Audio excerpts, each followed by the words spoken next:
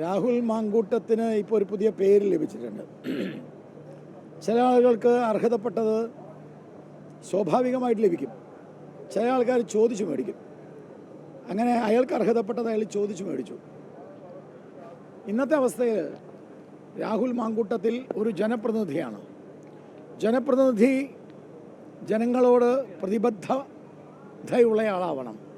ജനങ്ങളോട് പ്രതിബദ്ധതയില്ലാത്തവർ ജനപ്രതിനിധി ആവാൻ പാടില്ല.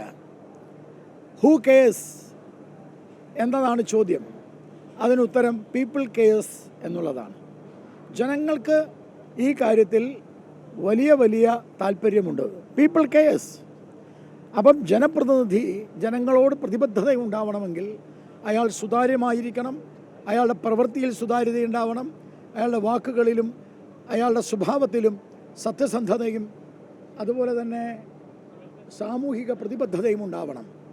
അതുകൊണ്ട് ഹൂ കെയേഴ്സ് എന്ന് ചോദിച്ചാൽ പീപ്പിൾ കെയേഴ്സ് എന്നാണ് BJPയുടെ ഉത്തരം. അതുകൊണ്ട് ഒരു കാരണവശാലും ജനപ്രതിനിധിയായി ഇരിക്കാൻ അയാൾക്ക് അവകാശമില്ല.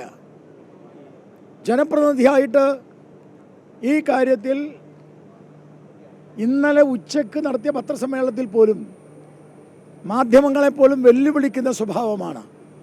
എൻ്റെ പാർട്ടിയുടെ നേതാക്കന്മാർ എന്നോട് ആവശ്യപ്പെട്ടിട്ടില്ല, ദേശീയ നേതാവ് ആവശ്യപ്പെട്ടിട്ടില്ല, സംസ്ഥാന നേതാവ് ആവശ്യപ്പെട്ടിട്ടില്ല എന്ന് പറഞ്ഞാൽ എൻ്റെ കൈക്കുമ്പിളിലാണ് ദേശീയ സംസ്ഥാന നേതൃത്വമെന്നാണ്. അങ്ങനെ ലോകത്തുള്ള സകല തോന്നിവാസവും ചെയ്തിട്ട് ജനപ്രതിനിധിയായിട്ട് പാലക്കാട് വിലസാമെന്ന് വിചാരിക്കേണ്ട. പാലക്കാടിൻ്റെ അതിർത്തിയിൽ ഈ വേഷം കെട്ടുമായി ഞങ്ങൾ കയറ്റില്ല. എത്ര മാന്യതയില്ലാത്ത ഭാഷയാണ്. ഇത്രയും നാളും പറഞ്ഞിരുന്നത് അങ്ങനെയല്ലല്ലോ. ഒരാൾക്ക് ഭക്ഷണം കഴിക്കാൻ, ഒരാൾക്ക് വസ്ത്രം, ഏത് വസ്ത്രം വേണം ധരിക്കാൻ എന്നൊക്കെ ഉള്ളത് അവരവരുടെ ഇഷ്ടമാണെന്നാണല്ലോ ഇത്ര നാളും പറഞ്ഞുകൊണ്ടിരുന്നത്. ഒരു ദിവസം കൊണ്ടത് മാറി. എന്ത് അല്പ വസ്ത്രധാരണയായാലും ചാരിത്ര്യമെന്ന് പറയുന്നത് സ്വഭാവമാണ്. ആ സ്വഭാവം, നല്ല സ്വഭാവം, ഒരു സ്ത്രീത്വം അവർക്കുള്ളിലുള്ളത് കൊണ്ടാണ് വളരെ കൃത്യമായി വളരെ പ്രകടമായി പറയേണ്ട സ്ഥലത്ത് ആദ്യം പറഞ്ഞത്. ഇന്നലെ രാത്രിയിൽ ആ സ്ത്രീ സംസാരിച്ചത് എൻ്റെ മനസ്സിലുള്ള ബിംബം, ഞാൻ ആരാധിച്ചിരുന്ന ബിംബങ്ങൾ തകർന്നു എന്നാ. അതിനർത്ഥം എന്താ? VD സതീശനെ പോലുള്ള ആൾക്കാരോട് സംസാരിച്ചിട്ട് ഒരു ഗുണമുണ്ടായില്ല എന്നാണ് ആ സ്ത്രീ പറഞ്ഞത് പച്ച മലയാളത്തിൽ. ഞാൻ ആരാധിച്ചിരുന്ന ബിംബം തകർന്നു പോയി. അപ്പോൾ ഇവരൊക്കെ ഈ വക വേഷം കെട്ടിന് ഒത്താശ ചെയ്യുന്നവരാണോ എന്ന് സംശയിക്കുന്നു. അതല്ലെങ്കിൽ നാളെ തിരിച്ചു ചോദിച്ചാലോ മാങ്കൂട്ടത്തിൽ ഞാൻ മാത്രം എന്തിന്, നിങ്ങൾക്കും ഇല്ലേ ഇതൊക്കെ എന്ന് ചോദിച്ചാലോ? കൂടെ കിടക്കുന്നവനല്ലേ രാപ്പിനെ അറിയുള്ളൂ, ഞങ്ങൾക്കറിയില്ല. അല്ല പിന്നെ കേരളത്തിലെ ഒരു രാഷ്ട്രീയ പ്രസ്ഥാനം ഇങ്ങനെ ചെയ്യുമോ?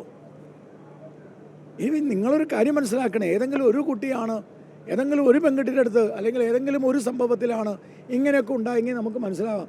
ഇതാ ഇങ്ങനെ വരില്ലേ ഓരോ ദിവസം പുതിയ പുതിയ പുതിയ ആരോപണങ്ങൾ, ചാറ്റ്. യാതൊരു സംശയവുമില്ല, ജനപ്രതിനിധി ആവാനുള്ള യോഗ്യതയില്ല. ഇയാൾ മനോരോഗിയാണ്. രാഹുൽ മാങ്കൂട്ടത്തിൽ മനോരോഗിയാണ്, സെക്ഷൽ പെർവേർഷനാണ്, മനോരോഗിയാണ്. പറ്റുമെങ്കിൽ VD സതീശൻ ആദ്യം ചെയ്യേണ്ടത് ആ MLA സ്ഥാനം രാജിവെച്ച് ഏതെങ്കിലും ആശുപത്രി കൊണ്ടുപോയി കാണിച്ച് ആ മനോരോഗം മാറ്റി വീണ്ടും രാഷ്ട്രീയത്തെ കൊണ്ടുവരണം. ഇല്ലെങ്കിൽ ഇത് അത്യന്തം അപകടമാണ്.